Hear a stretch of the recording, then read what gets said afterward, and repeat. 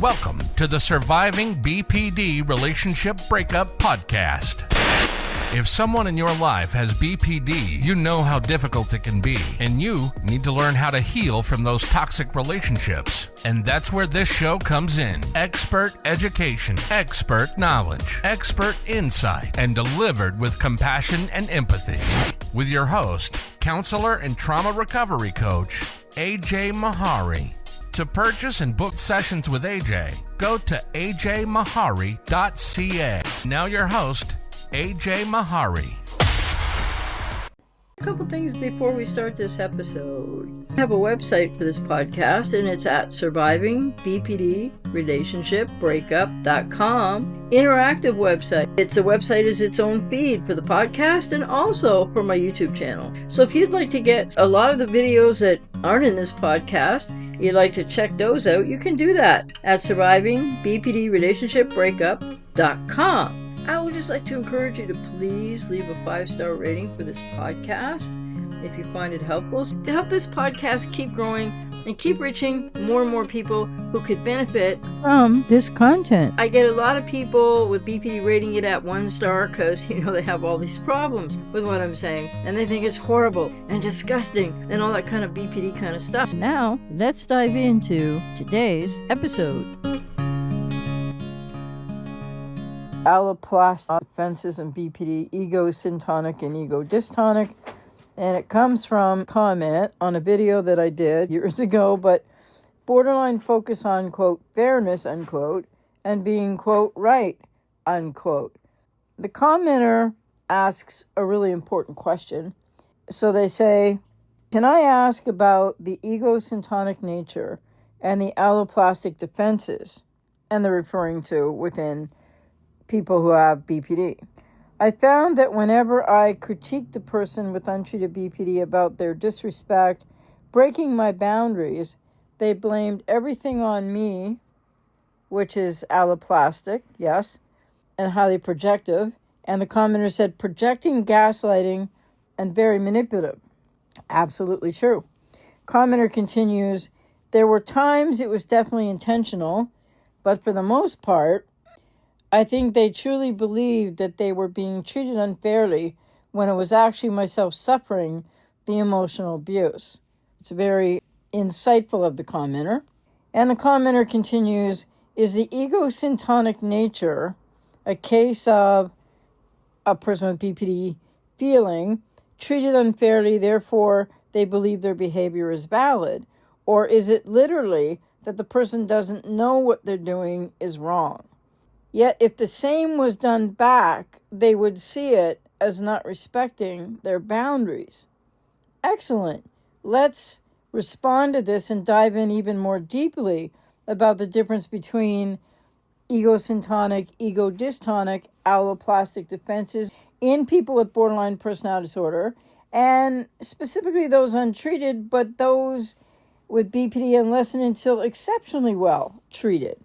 So this commenter definitely articulated something that many people are struggling with in relationships with someone with, especially untreated, but until unless really significantly treated borderline personality disorder, what they feel but often can't name, the ego-syntonic nature of borderline behavior and the way they relate to people, the cognitive distortions, the splitting, all the defense mechanisms, the alloplastic defenses used by people with BPD unconsciously often, but not always, to externalize blame. So to answer the question posed in the comment, yes, the ego-syntonic nature of untreated BPD means that the person with BPD often, usually really, doesn't see their behavior as problematic because it feels justified to them.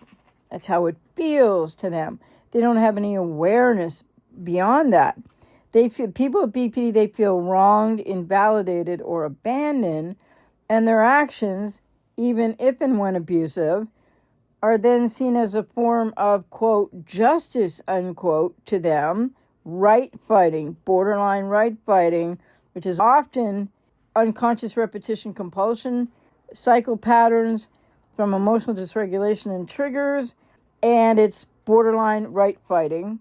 and self-protection, but they see it as justified self-protection rather than the harm that they actually do to others. So they don't get that part. In this state, people with BPD may genuinely believe you are the one being unfair. This isn't usually a conscious manipulation, but at times it can be. What's happening is a distortion of reality on the part of the person with BPD through a defense mechanism that allows them to maintain a sense of, sense of identity. They don't really have that, but a sense of something, right? More than they usually feel about who am I kind of thing. And it gives them control in the face of overwhelming internal chaos. So they take the internal chaos, project it out onto the person closest, and then the blame, and then the justification, and then they're feeling victimized. And no matter what's actually happening, yes, that's really where they are in their alloplastic defense mechanisms. Alloplastic defenses are central here. Rather than look inward, autoplastic, the untreated person with BPD externalizes all discomfort. It's your fault that I feel this way. So your boundary is just another attack on me, feels the person with BPD. Cognitively distortedly believes the person with BPD. You're absolutely right to notice the hypocrisy commenter. They can enforce their own boundary rigidly while violating yours because their actions are ego-syntonic. They feel right to the person with BPD or untreated BPD, even though they are objectively harmful to others. Your awareness and this awareness for others is powerful. Keep trusting what you see. I hope you can trust what I'm sharing here. And this is the way that people with BPD, especially untreated, but even if they're somewhat treated but not well enough treated, which takes 8 to 16 years or beyond, their emotional abuse will be cloaked in the victimhood of what is their abuse of you.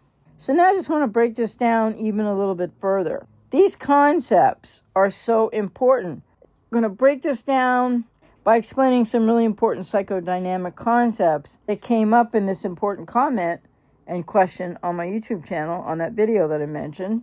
So these concepts are central to understanding why people with untreated borderline personality disorder, or not yet well enough or anywhere near well enough treated borderline personality disorder, can behave in such contradictory, hurtful, abusive, and abject crazy-making ways while still believing, with cognitive distortion, they still believe they're the ones being wronged, being victimized. So let's now look at the difference between ego-syntonic and ego-dystonic.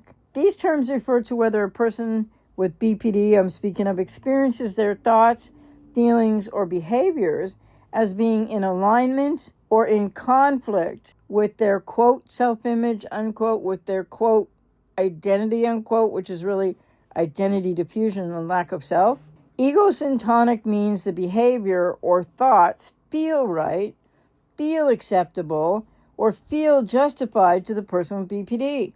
It's experienced by them as a part of, quote, who they are, unquote, and they don't know who they are. Ego-dystonic means the behavior or thoughts feel wrong, foreign, or distressing and would cause internal conflict. That's not what people with BPD are experiencing until and unless they get way, way, way far down the road in healing and recovery and therapy, because then they will have to come to an awareness in the process of working through all that borderline personality disorder is, to be able to be helped to move from ego-syntonic defenses and behavior and relating to ego-dystonic. In untreated BPD, much of the behavior is ego-syntonic. In fact, most of it is ego-syntonic. That's why someone with BPD might often projects blame onto others. They lash out, they violate boundaries, they don't really have awareness or any kind of concern or care about your boundaries, and still see themselves as the victim because it feels true to them. That's that magical thinking, right? Whatever they feel, is what's real for them, though it's not what's real for everybody. They're often not faking. Their internal perception is distorted by powerful unconscious defenses. This is also why they may expect their boundaries to be honored, though not really recognize them as boundaries or healthy boundaries, but they expect whatever they say to be honored and you to stop whatever they ask you to stop, or however they put it, while violating your boundaries and not listening to your feelings, concerns, or needs. In the view of people with BPD, their pain justifies their behavior. That's their cognitive distorted, quote, reality, unquote, of it. It's not the objective reality of what people with BPD are doing. So if you're suffering or being harmed in the process, it doesn't register unless they've done deep inner work to develop ego-dystonic awareness, which takes a long time in therapy. It doesn't happen so much in GBT therapy, by the way. And it only happens after and through years of treatment, usually in a psychodynamic modality. So again, let's just look at this in a different way. Alloplastic versus autoplastic defenses. And so in BPD, the defenses are alloplastic, not autoplastic. These are defense mechanisms that describe how a person responds to internal conflict or distress. And again, alloplastic defenses equal blaming or changing the external world, quote, I feel bad because of what you did, unquote. And to be honest and fair here, a lot of people with codependency will at times be in their own alloplastic defenses. What the borderline does is driving you crazy. What the borderline did is why you're feeling what you're feeling now. Alloplastic defenses and codependency, not to the same extent or extreme as BPD, but something to think about. And autoplastic defenses equals changing the internal self. Quote, I feel bad. What does this say about me? Unquote. Which, if you think about it, a lot of people in denial with codependency, struggling in the trauma bond, etc., with the false hope, and still ensconced in the fantasy bond of everything, in the codependent denial, you can often, as a person with codependency, be experiencing many more of your own alloplastic defenses, more so than autoplastic, because it's often not until people get into therapy to work through this and to break the trauma bond and to learn how to let go of that person with BPD and how to strive for more mental health and knowing yourself better and healing, etc., that you can then yourself move into more autoplastic defenses. And lots of people with codependency have autoplastic defenses, so self-reflection, capability, and awareness, in a lot of areas of life, but not often so much when you get into the relationship with the borderline. And alloplastic defenses, not the same exactly between borderlines and codependents, but blaming and externalizing becomes something that borderlines, well, they're always doing that. And then people with codependency in relationships with a borderline end up with more alloplastic defenses in that relationship, which isn't healthy for you either. People with untreated BPD primarily use alloplastic defenses. This means when they're in pain, instead of reflecting internally, which would be autoplastic, they tend to externalize the source of that pain. You become the persecutor, that persecutory object, in their emotional narrative, regardless of your actual behavior. This is why so many partners and loved ones feel like they're walking on eggshells, constantly being accused of things they never did. Well, you don't just feel that way. That's happening to you. So what happens in relationships with people with BPD? You set a boundary. That equals they feel abandoned. You say, ouch, and they say, you're attacking me. Stop that. You try to hold them accountable equals they accuse you of being unfair, abusive, horrible, etc. All the while, they genuinely believe they are the ones being hurt. They generally do feel victimized when they're victimizing you, which is crazy making for you. You and your needs and your pain remain invisible to the person with BPD. Healing comes for people with BPD with their alloplastic defenses, etc., only in long-term therapy. When a person with BPD can begin to tolerate the shame that comes with seeing their own part, when they can find the lost self, actually, that is housed within people with BPD living through a false self. And in therapy, they need to begin shifting from ego-syntonic to ego-dystonic experiences, which, like I said, takes quite a while in therapy. And if you're in a relationship with somebody with BPD right now, untreated or not well enough treated, and all this crazy-making stuff is going on, and this is your experience, you likely have codependency and you need to break the trauma bond, and the relationship will fall apart. They'll ghost you, discard you, on, off, whatever, but you need to get yourself out of the relationship. I have 35 years experience helping people to heal from these trauma bonds, codependency, and these really toxic, very harmful relationships. So I'm out here to work with you if I resonate with you. As for can relationships be repaired in this core aspect of what's really some of the worst parts of why people with BPD are so impossible to try to relate to, and they don't see you and they don't hear you. These relationships can't really be repaired. You need rather to break the trauma bond and let that person go, because they may never engage treatment. They may never engage enough treatment. They may never have enough success in therapy or treatment to be able to gain more, find the self, the lost self, gain more identity, build a container of self, so that they can be more aware and have ego-dystonic understanding and self-awareness, or autoplastic versus alloplastic. It's not something that's going to come to them very quickly, even if they're engaging treatment, like really seriously. It still usually means these relationships won't work out. It is only if and when, after enough therapy and treatment, working through things and continuing on, if a person with BPD is beginning to shift from ego-syntonic to ego-dystonic experiences, way down the line in therapy, by the way, that's the only juncture at which accountability becomes possible. This usually takes many years of continued, engaged treatment by the person with BPD, and they have to be being successful in therapy, which unfortunately not everybody with BPD that goes to therapy hangs in long enough to be successful. So that's when a relationship could be repaired, but most often you need to break the trauma bond, as I said, let that person go before they may ever engage in treatment, let alone have success with it. But until that shift happens way down the road for them, partners and loved ones often experience repeated invalidation, gaslighting, and emotional harm. Not always because the person is intentionally manipulative, but because the reality is being filtered through fragmented identity and identity diffusion and lack of self, unresolved trauma, and overwhelming emotional pain that they don't have any idea what to do with. And they'll always visit on you. They'll project it out onto you, and then they'll blame you. And then you're getting hurt and traumatized, and they're telling you that you're victimizing them. It's crazy making.